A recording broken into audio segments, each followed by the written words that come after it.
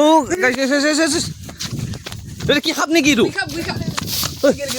গল গল গল আমাৰ দেউতাহঁতে কোৱা কথা হয় এখন মানে নদী চাবলৈ গৈ আছো। এইখন নদী আমাৰ এখন এটা ঐতিহাসিক নদী আছে। এই বৰগাঁও অঞ্চলৰ এখন বিৰাট এটা ঐতিহাসিক নদী। এই নদীখন বহুত প্ৰাচীন হয়, পুৰণি হয়। তো এতিয়া আমি আহি আছো এজন মানে দাদা এজন আছে তাতে ৰখি, আমি তাতে সুধিম নদীখন মানে কেনেকুৱা ৰহস্য, কেনেকুৱা কি কথা। তো গাইজ বলকচোন আমি দাদাজনৰ ওচৰত যাওঁ। ইয়াতে দাদাজন ৰখি আছে। হয় দাদা, আমি মানে হেৰিৰ পৰা আহিছোঁ, অলপ দূৰৰ পৰা আহিছোঁ। আপোনাক অলপ আপোনাৰ নামটো জানিব পাৰোঁনে? নমস্কাৰ, মোৰ নাম শ্ৰী মতিলাল ডেকা। হয়, আপুনি আপোনাৰ ইয়াতে ঘৰ বৰগাঁও অঞ্চলতে? তাতে আমি শুনিবলৈ পাইছোঁ ইয়াতে এখন মানে নদী আছে বোলে, কিবা এখন প্ৰাচীন নদী। ইখনে ন? অ গাইছ মানে ইখন এখন হ'ল, এইখন মৰা নদী। বৰ্তমান এটা গোটেই মেটেকা আছে, কিন্তু আপোনালোকে দেখা পাব, দেখাই আছো বহুত পুৰণা নদী এইখন। এইফালৰ পৰা নদীটো এইফালে গৈছে, ব্ৰহ্মপুত্ৰৰ উপনদী আৰু এইখন। এইখানে আপুনি অলপ ক'ব পাৰিব নেকি নদীটোৰ বিষয়ে, মানে কেনেকুৱা কি বহুত কথা? পুৰণা নদী, আমাৰ দেউতাহঁতে কোৱা কথা। হয়, ইয়াতে মানুহ অস্থি পেলোৱা হয়। হয়। নদীখন যে এতিয়া মানে বৰ্তমান মৰা নৈ বুলি কিয় কয়, সেইটো কাৰণে আমি জানিব বিচাৰো। মৰা নৈ কিয় কয় এইটো? মৰা নৈ আগতে বহুত হাজাৰ আগতে এইখন মানে পানীটো জোৰে আহিছিল। এতিয়া অলপ পানী ঢৌটো কমি গৈছে। আগতে খোৱা গৈছিল ন এইটো পানী? ইয়াৰ পানী আগতে খাইছিলো, গা ধুইছিল ন? হয়, এইবিলাক ঘাট আছিল হয়, গা ধোৱা। তো আমি দাদাজনৰ পৰা আমি দেখাব পাৰিলোঁ যেন এই নদীটোৰ কথা বহুতো ৰহস্যখিনি গম পালোঁ।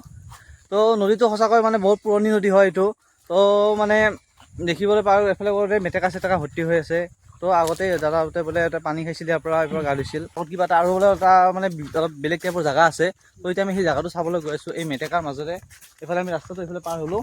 তো এইফালৰ পৰা আগৰ পৰা আমি চাবলৈ যাওঁ, এইফালে কি আছে আৰু। তো আমাৰ দাদাজন আগে গৈ আছে, আৰু আমাৰ ভাইটি গৈ আছে। কি বস্তু? তো গাইছ, কি বোলে সাপ দেখা পাই গ'লো। হা, কি সাপ নেকি এইটো গল গল গল তো গাইছ কেমেৰাত নুঠিলে চাগে। তো গাইছ কি বৃহৎ আকাৰৰ সাপ দেখা পাইছিলোঁ গাইছ। তো গাঁৱলীয়া অঞ্চলত আহিলে তো এনেকুৱা সাপ চাপৰ পৰা বহুত বিভিন্ন ধৰণৰ পৰা বস্তুৰ পৰা বাচি থাকিব লাগে।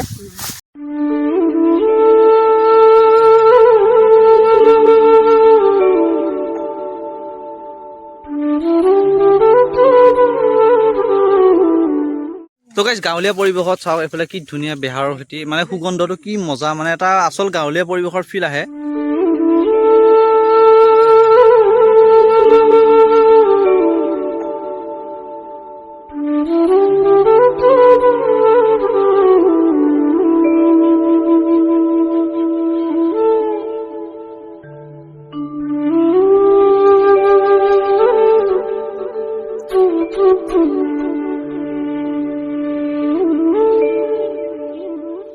এইফালে চাওক মেটেকা ধান চান, এইটো হেৰি ডিচেম্বৰৰ মাহ। তো ধান চান গোটেইবোৰ কটা হৈছে। তাৰপিছত এইখিনি এটা বেলেগ আইলেণ্ড টাইপৰ এটা হৈ আছে। তো গাইছ ফাইনেলি আমাৰ ডেষ্টিনেশ্যনটো পাই গ'লো। তো এইফালে চাওক, মই দৌৰি আহিছোঁ। তো গাইছ কি মজা চাওক না, এইফালে এইখন এখন কি মজা ধুনীয়া এখন বিল, এখন মজা এখন। এইফালে কি ৰঙা হৈ আছে, এইখিনি পানীৰ ওপৰত যে এটা সেই পৰে, চাউনি পৰে, সেইটোৰ কাৰণে ৰঙা হৈ আছে। তো এইফালৰ পৰা চাওক, ইয়াতে বিভিন্ন ধৰণৰ মাছ চাছ পোৱা যায়।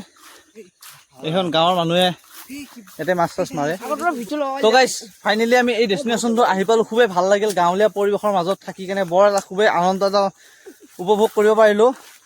তো এতিয়া গাইছ আমি এতিয়া ঘৰলৈ যাব লাগে। এতিয়া গধূলি টাইম হ'ল, আৰু আপোনালোকে যদি ভিডিঅ'টো চাই আছে এতিয়ালৈকে, তো ভিডিঅ'টো আপোনালোকে লাইক কৰিব আৰু চেনেলটো ছাবস্ক্ৰাইব কৰিবলৈ নাপাহৰিব একদম। সেইকাৰণে এইখিনিতে সামৰোঁ। তো আপোনালোকে নেক্সট ভিডিঅ'ত লগ পাম। তো টাটা বাই বাই।